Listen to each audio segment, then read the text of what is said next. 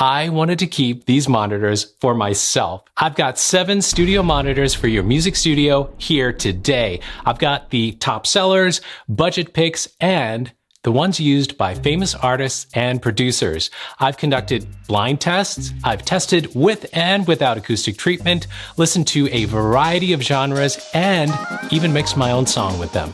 So, which one of them is right for you? Let's find out.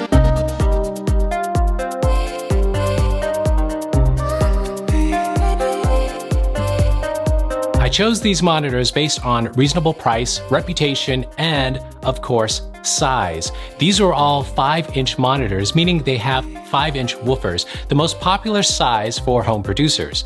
They are all powered, so no need for a separate amp. Audio out from your audio interface or computer goes into these monitors and you're done. All these monitors have their unique benefits, but if you're just looking for the most neutral and flat ones, I'll cover that too. This is not a sponsored video, but if you use any of the links in the video description to buy one of these monitors, it does help out this channel. Thank you. Shout out to Zounds.com for providing some gear for this comparison video.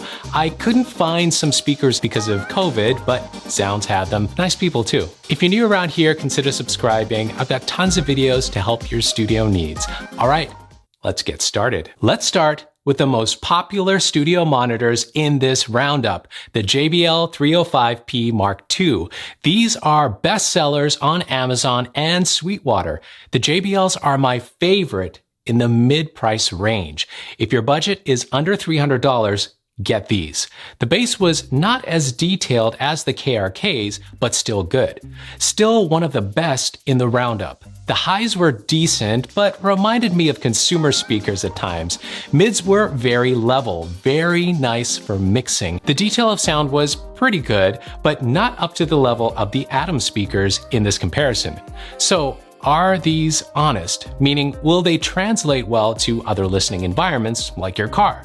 Yes. Not only that, they give you a comfortable sound, never fatiguing your ear, unlike some other monitors in this video. That said, a purely comfortable sound may not be the ideal sound for mixing.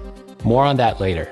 The JBLs, like other speakers, have very convenient connections in the back with 1/4-inch and XLR inputs, and they give you some basic EQ customizability. Now in blind tests, the JBL scored really high, but they didn't do as well as the next monitors in this roundup. By the way, I tested these on ISO acoustic stands, which are amazing. They made a huge difference. I highly recommend them. The ISO 155s are the perfect size for 5-inch monitors. If you can, put your monitors on floor stands, but with or without floor stands, get the ISO acoustics. If you produce hip hop or EDM, you'll like these monitors. These are the KRK Rocket 5 G4. I wanted to keep these monitors for myself. They are used by many hip-hop, EDM, and pop artists like Skrillex, Steve Aoki, and Charlie Puth. The bass from the KRKs was clear, deep, and punchy, best in the roundup. When other monitors had loud bass, these added the punchiness and detail. The highs were excellent as well, no complaints at all. The detail of the individual sounds was good, better than the Presonus, but not as spacious as the Yamahas. I don't believe these are as honest as the Yamaha and Atom speakers in this list, but they handled soft and loud volumes really well, and I'll say it again, these are the monitors I wanted to keep for myself after testing all of them. The KRKs only give you XLR inputs in the back, but they sport a cool screen to adjust EQ. It makes these feel premium, but simple knobs are more convenient. It was a bit cumbersome to flip through menus. These KRKs scored top marks in blind tests, and I bet it's because of that punchy bass. Next up, we have another top seller on Amazon. It's the Presonus Eris E5 XT. These are the XT versions of the E5 monitors, which improve high frequency response and creates a wider sweet spot. When I mixed with these, I found the lows were not as detailed as the KRKs. In fact, a little muddy. High frequencies were not as clear either. My hi-hats sometimes got lost in the mix. Mids were excellent and sound much more even across frequencies, better than the KRKs. These sound very balanced, but the detail of sound can't compare to the competition here, especially the Yamahas. I've mixed with smaller Presonus monitors before, and I was very, very happy with the results. So I do believe these will give you great mixes. The Presonus monitors give you great acoustic tuning controls and lots of choices for inputs in the back. And they are reasonably priced at $300 for a pair. These are not the best of the best, but an excellent value considering the price. Hey, I installed some acoustic treatment on the wall, minimal stuff, but it did make a noticeable difference when testing. The acoustic treatment I used is by FS Labs. They sent me these panels, very affordable stuff, and it worked to reduce reflections. It made a difference. What more could you want? Link in the description. So what if your budget is $200 or less? Well, you may want to look at the Mackie and Monoprice speakers. Let's take a look at the Mackies first. I tested the CR5 XT, which have Bluetooth, but Mackie also makes these monitors without Bluetooth for just $200 for the pair. That's a budget price, and I was expecting a budget sound from them, but I was wrong. These are marketed as multimedia monitors instead of studio monitors. And looking at the back, that becomes apparent. You don't get XLR inputs, and only one speaker is powered and sends the audio to the passive speaker. But whatever, who cares? They sound great. The lows were nice, detail is pretty good. They really surprised me. And good detail in the hi-hats too. The mids blended with the lows at times, which wasn't great. My vocals in the mix didn't wow me. The Atom speakers in this roundup were totally on point for vocals, but those are twice the price of the Mackies. So would I recommend these Mackies for mixing?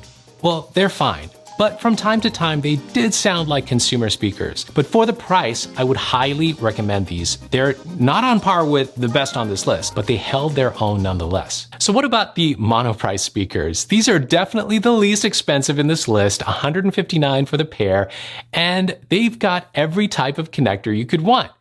But what about the sound? Well, these could be decent for mixing because they are relatively flat. But what you start to lose at this lower price is detail.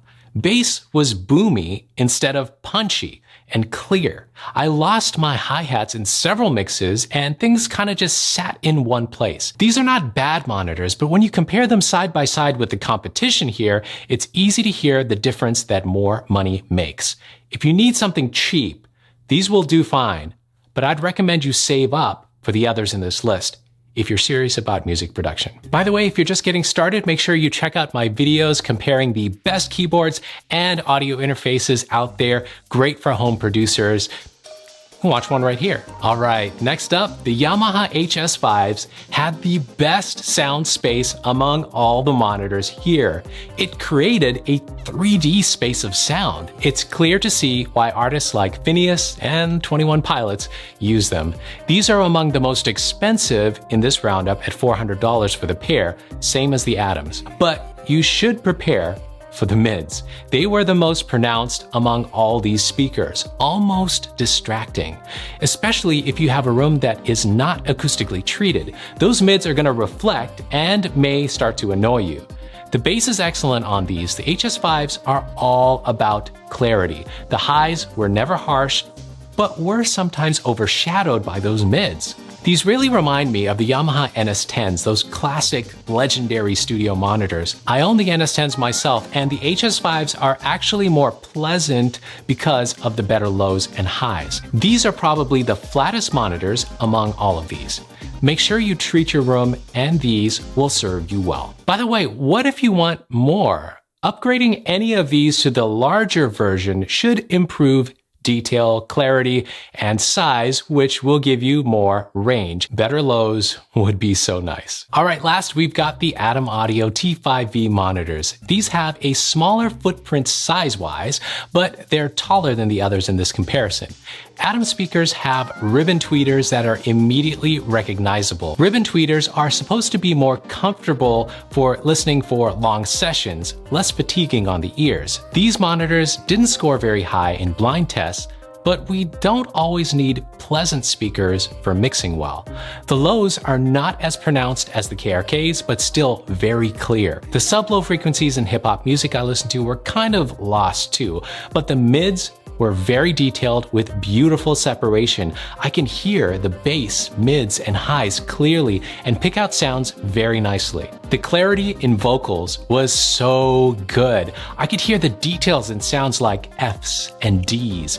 It was just incredible. And compared to the Yamahas, the mids were never harsh. It'll be easier to balance your mix with these.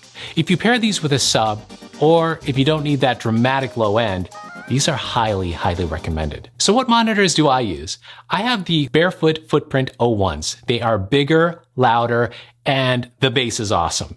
They are a pleasure to use, but I used the 4.5 Presonus monitors for years and grew my YouTube channel with them. Once you learn how to get the best results from your monitors, you'll do well with any one of the speakers I compared today. If you're interested in buying any one of these, I'll add links to the video description. You can't go wrong with any one of these studio monitors. Buy what you can afford for now and save up for what you really want in the future. And get the ISO acoustic stands. They're totally worth the money. Don't forget to hit the like button and subscribe. Keep making the music you love, and I'll see you guys again soon. Hey, watch one of these videos next.